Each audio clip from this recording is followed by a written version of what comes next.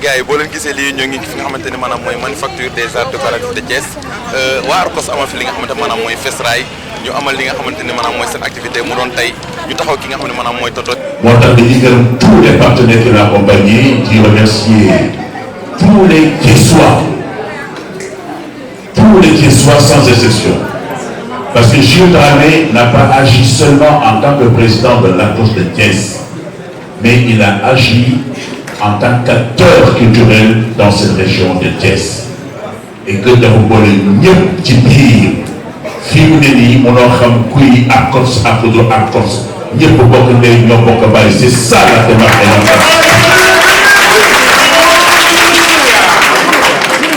et c'est comme cela que l'Arcos a toujours fonctionné tout le fi nekk dëgg la tout le fi nekk mais nous considérons qu'ils soient alliés ailleurs ou pas, ils sont considérés comme étant membres de cette grande famille théâtrale-là qu'est l'Arcos national. Monsieur le ministre, nous voulons remercier sa teewaay sa présence parce que dafa jëmmal bés bi soo nañ ne da nga xat sa emploi de temps permettre le sax nga def yenn déplacement yi mais li nga def ni dafa rëy lool ci jóg su ma paree ci monsieur le ministre damay remercier monsieur le maire également di kontaan sa présence parce que lii teewee ko wax dëgg yàlla c'est vrai sa jëf la et ci yëpp la ñëw et puis sa accompagnement institutionnel day koy soxla ma ñëw ci le doyen Michael Baye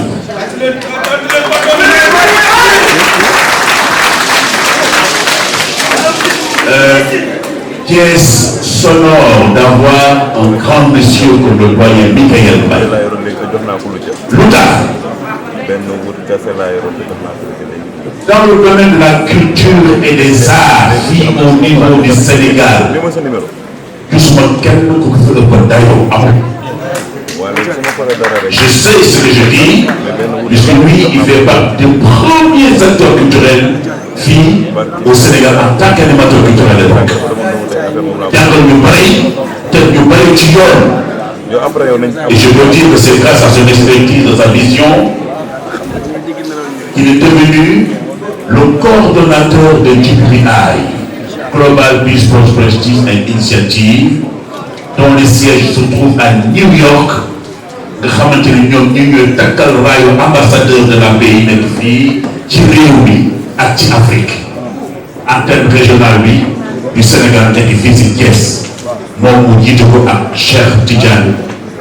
Mbaye man na ma dëgg yàlla ñu defal ko comme ambassadeur de la paix moo tax dama koy gërëm di ko sant merci. fi nga xamante ni maanaam mooy manufacture des arts décoratifs de Thiès waa Arcos amal fi li nga xamante maanaam mooy FESRAI ñu amal li nga xamante ni maanaam mooy seen activité mu doon tey ñu taxaw ki nga xam ne maanaam mooy Tonton Cheikh nekk artiste comédien dëkk nekk doomu Thiès ñu fas yéene koo taal suñu micro salaamaaleykum Tonton Cheikh. waaw maaleykum salaam sama gaay yi maa leen di nuyu nag di leen ziar te di leen ko delloo di leen baalu ak aussi te di leen ko baal di ñaan yàlla buur bi subhanahu wa taala boole ñu baal ak mboolum julli yëpp nag bi jaay nabi sallallahu alayhi wa sallam. mais tey Tonton Cheikh ñu gis maanaam Arcos organisé FESRAI maanaam dajale artiste Sénégal yëpp maanaam Tonton Cheikh loolu noo koy dundee ak yëg-yëg bi tey. waaw loolu moom dund gu neex lay doon. gis-gis gu rafet la aussi tamit ndax fii ci biir Thiès li fi nekk ci artiste bari na bari goo xam ni wax dëgg yàlla macha allah kaar bu ñu deful lii rek man dina ma jaaxal xëy na nag peut-être jamono yi ak li fi jàlloon Covid 19 li ñu doon wax ci feebar boobu mbas mi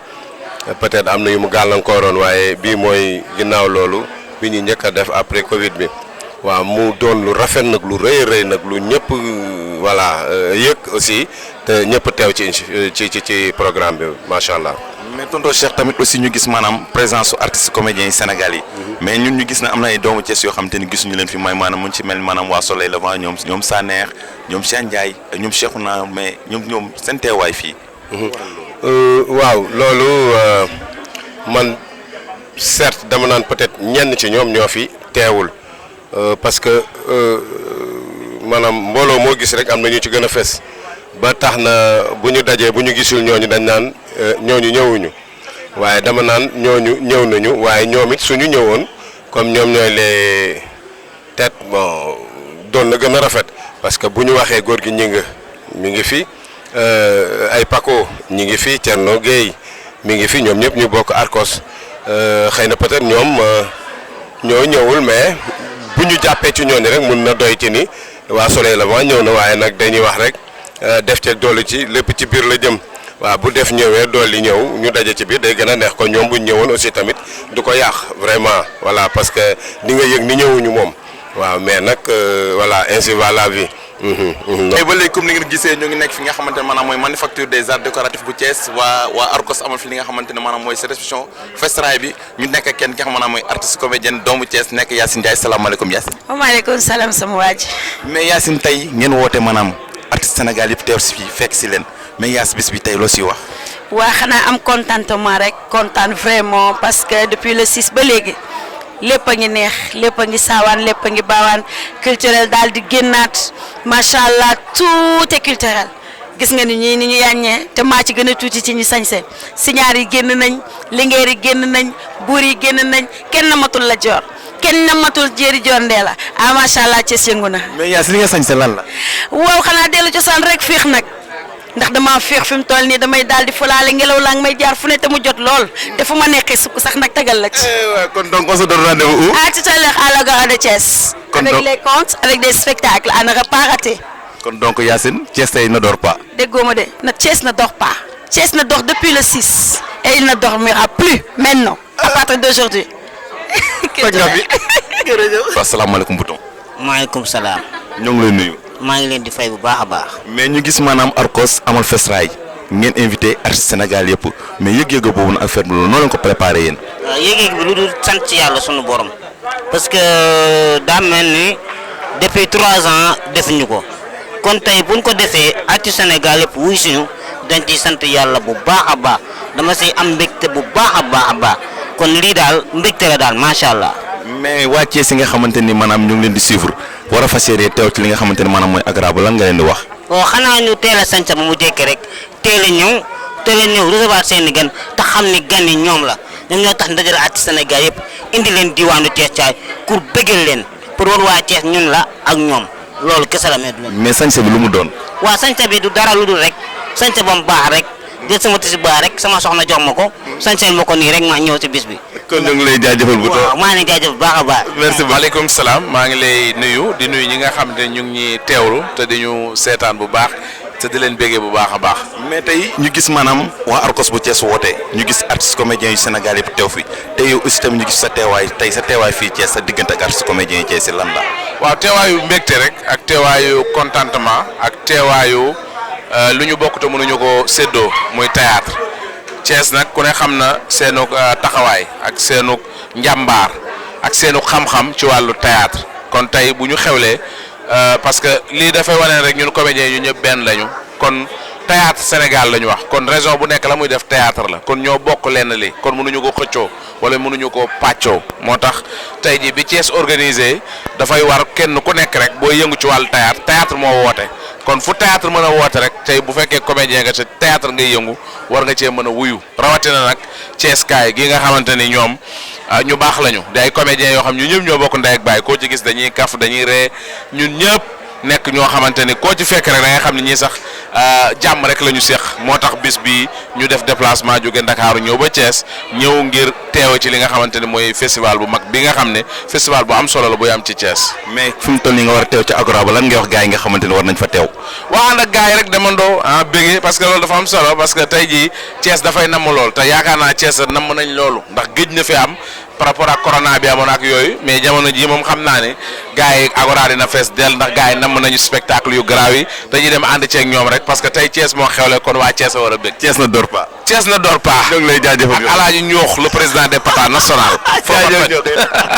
gars yi comme ni ngeen ko gisee ba léegi ñoo ngi fi nga xamante ne maanaam mooy manufacture des arts décoratifs bu Thiès waa Arcos amal fi li nga xamante ne maanaam mooy seen activité Fesraay bi nga xamante ne organisé nañu ko dajale artistes comédiens yu Sénégal yëpp ma taxaw kenn ki nga xam ne maanaam mooy MC ak kan. Pakala salaamaaleykum Pakala. waaw maa lay ziar. mais Pakala tey ngeen xewle yéen waa Thiès invité artistes yu Thiès Sénégal yëpp mais yëg-yëg boobu ak noo koy dundee. waaw man de sama côté laay wax fierté la ci man ndax booy dund nekk ci dëkk ndax damaa jóge ci dëkk ñëw ci dëkk Mbour laa jóge ñëw fii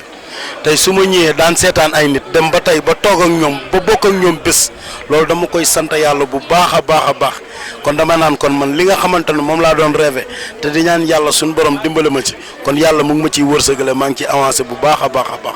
mais lan ngay wax gars yi nga xamante ne war nañ teew Agora ba léegi si kanam. waaw ñi ma koy wax daal mooy dama leen naan ku yéex ku nekk doo am place te di leen wax ni képp ku ñëw na nga xippi say bët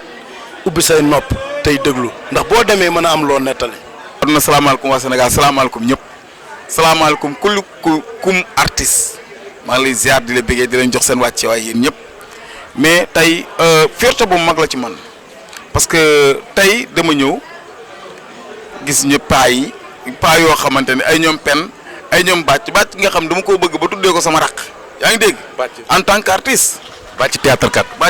bàcc rasamaan. dama koy wër ba tuddee ko sama rak baa ni Thiès bu ma rombee dama naan ko bàcc bañ naa ko du ma jaaj turam du ma Cheikh Tidiane la tudd du ma jaaj turam mais bàcc laa koy woowee ma ñëw fekkanteeg ñoom fii et puis ñu taseeg ñoom ñu mel ni ñoom Pakala ñi nga xamante ne fan yii ñoo poñe aar bi macha allah lii fierté la quoi vraiment te dañuy ñaan ñu gën a xamante gën a miinante gën yaatalante te xam ne aar bi ñun ñëpp ku ci nekk da ngay dem bàyyi fi ñeneen jël ñooñu bàyyi ñeneen jël ñooñu bàyyi ñeneen jël ba fa mu yem rek muy noonu mais vraiment xol dafa sedd lépp Thiès la lépp Sénégal la lépp àdduna la waaw tey jii affaire bi kenn moomu ko yaa ngi dégg ci biir salle baa ngi toj salle baa ngi wàcc xam naa yëgoo loolu macha allah fii daal bàyyi li ma ko mën a wax tey daal xam nga lu may bañ man MC ray nit ak def loo warta def mais leneen lu fi waay def dagan na waaw Thiès mu waaye parce que sama gàttu góor la àndal Pakala laa àndal tey fi mu toll nii xoola Pakala bu yëngalu sax bu bañee yëngal man maay sañ se kémino taxaw yëngal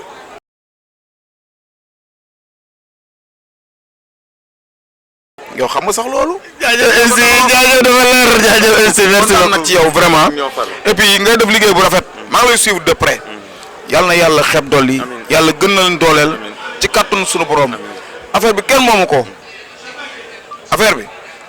ko ku ci nekk da ngay jël sa wàll dem waa Adamari Vision non mais Adamari Vision waaye. aleykum salaam wa rahmatullahi taala wa barakatuhu. mais tonton Sayer ñu ngi lay nuyu. waaw ñu ngi lay fay bu baax a baax Cheikh bi. mais tonton Sayer ñu gis maanaam Arcos. organisé lu rëy loo xamante ne nii maanaam dajale artistes comédiens yu Sénégal yëpp tonton Sayer loolu noo ko gisee. waaw muy lu rëy parce que aussi lii yombul franchement parce que dajale artistes Sénégal yëpp vraiment ñun dañ si bëgg dañ si kontaan ndax am na loo xamante ne bu amee si Sénégal bon ñu jàpp benn date boo xamante ne fii dañuy wax Fesraay te vraiment lii te di suñu honneur ñun mag ñi donc ñi nga xamante ñooy ndaw vraiment ñun dul dañ leen si ñaax quoi donc wax dëgg yàlla loolu daal moo amoon kàddu gu ndaw gu en attendant quoi waaw. mais ton tey samedi ñu joxante rendez-vous maanaam Agora ba ñu war fa tase lan ngay wax gars yi nga xamante ni maanaam war nañ fa tase. waaw ñi fa war a tase mooy ñi nga xamante ne bii danoo war a xam li nga xamante ne mooy aar liy dundal aar ak li nga xamante ni bii mooy artiste Sénégal yëpp dañ fay tase donc loolu dana war a loo xamante ni au moins nit ñi danañ si jëriñ njëriñ donc wax dëgg yàlla loolu moom mooy kàddu yoo nga xamante ni moom moo war a ruus foofu. kon tonton Seye ñu ngi lay jaajëfal. waaw jërëjëf. tey ba léegi comme ni ngeen ko gisee ñoo ngi nekk fi nga xamante ne maanaam mooy manufacture des arts décoratifs ñu nekk fi ak waa Arcos ñuy amal naa seen Fesraay ñu taxaw ki nga xamante ne maanaam mooy Lat Dior Diop Ngone la Diop salaamaaleykum. maaleykum salaam. mais li nga sañse ni lan la. maanaam ñun ay artistes lañu ko waa te si xel lañu war a liggéey lépp lu ñuy représenté rek dañoo war a mel ni moom suñ ko yeewee rek dañ koy dund bu ñu defoon maire sax maire la ñuy doon parce que si xel laay waxee man si xel man bëgg naa sax maanaam art bi développé bu nga xamante ni tey jii nii maanaam balaa président def discours sax artistes yi taxaw am lu ñu wane parce que boo imaginer président Ukraine bi artiste la parce que def na benn pièce bu nga xamante ni ci démocratie lay wax waa dëkk bi yëpp ànd ak moom mu créer parti doon président bi mais pourquoi pas xam-xam du nekk ci kàmb ñu koy gas di ko génne duñ ko àjji ci kaw duñ ko jeex ci bopp leen ne ñu bind ko ci kayit moo tax Cheikh Moussa Ka waxoon Serigne Touba na nga ñu fóotal si ni tilimi xol sellalal ñu sunum xel ba duñu xalam lu koy naxal ñun ay Baay Faal lañ moo tax ñu xaw see am cër tuuti lii ma def ni dama koo doon man surtout saa xewar ngi gis Falla moom lañ daan fekk mu toog ñu ne ko saa xewar ah ndogalaan yaa ngi ci dëkk bi de mu ne leen man saa xewar ngi gis Fall xuree jokkuli damel ma Samba Takko damel Amari Ngone di buur ci ndey di buur ci bàyyi su ma déggee ñu naan ndogalaan yaa ngi ci dëkk bi tere nit ñi dugg tere nit ñi génn kooku sama ñàkk a yëg la waaye balaa jant bee toll fi mu toll ma rëppatal sama fas ba ca tund wa ay ndogalaan bu ma fa fekk gis nga ndogalaan bu ma fa fekk maam deret la si ñun. noonu la def Baye ci tem salaamaaleykum Baye. maaleykum salaam sëñ am ñu ngi ziar. mais Baye ñu ngi lay nuyu. ñu ngi lay fay di nuyu waa Adama Vision yëpp di leen ñaanal di si liggéey bu rafet bi ñuy def nii ci programme bu mag bi ñu gën koo xam ci Fesraay alko bu Thiès invité alko bu Thiès def ko muy 9e édition vraiment mu nekk loo xamante ni ñun ñi nga xamante ni ay jeunes lañ c'est la première fois tey ñu participer ci programme boobu mu nekk fierté boo xamante ni tey yëg nañ ci suñu bopp daal. mais Baye depuis le 6 ba léegi yéen ngi def formation dëgg ma maanaam formation audiovisuelle mais Baye formation boobu lan nga ñu siy wax. waaw xam nga formation boobu dafa bokk ci suñu liggéey parce que képp kuy artiste rek wala ngay metteur en scène wala ngay réalisateur war nga mën a xam ci liggéey wàllu caméra audiovisuel détail par détail parce que loolu dañuy yombalal suñu liggéey ba ëllëg ñun en tant que réalisateur bépp caméraman bu ñu woo pour liggéey ak moom war nañoo mën a xool qualité image bi. war nañoo mën a xam cadrage bi lépp ba xam baax na wala baaxul loolu moo tax tey jii maanaam ñu dugg ci formation boobu vraiment te rëccuwuñ ko nag am nañ ci ndam loo xamante ni kawe na suñ jot daal wax dëgg yàlla. mais Baye tamit aussi tey maanaam Agora ba artiste comédien yëpp war fa tase Baye lan ngay wax ci loolu noonu. waaw xam nga bis bi daanaka boo xoolee le 6 la commencé ba le 12 la war a jeex démb gars yi ñu ngi woon instant compétence demoon fa def lu rëy vraiment gars yi di ko rafetlu bu baax a baax may félicité tamit bépp jeune boo xamante ni mi ngi compétence production nga xamante ni ñoom tey su ma siggee rek ci Thiès mën naa ne ñoom ñoo ma siggil vraiment du ma leen fàtte. beneen affaire bi mooy tey bis bi war a nekk fële ca Agora mu nekk bis boo xamante ni maanaam képp kuy jeune dëkk Thiès moo xam Sénégal yaa ngi biir Thiès ñu war a daje fële ci Agora leen rek a ma jaaxal. ñëpp képp ku fi ñëw ci mbooloo gëm naan du xaj Agora man loolu moo ma ci gën a yéem lu neex noo fa nar a am nag. tey Thiès na door pa. la ilaha illallah ay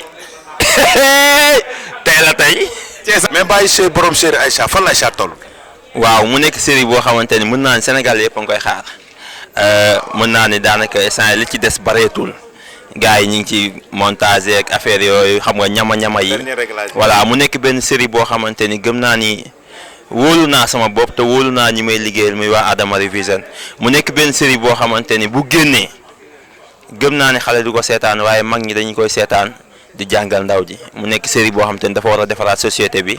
mu nekk série boo xamante ni amul daray violence amul daray loo xamante ni lu vulgaire la loo xamante ni tey dañ koy teg ci télé yi xale yi naan non buñ ko fi teg lii baaxul wala mag ñi naan duñ ko seetaan mu nekk benn série boo xamante ni gëm naa ni épisode bi njëkk a daw. papa yaay doom ba ci sët ñëpp a koy seetaanandoo parce que série la boo xamante ni mën naa ne ay moins de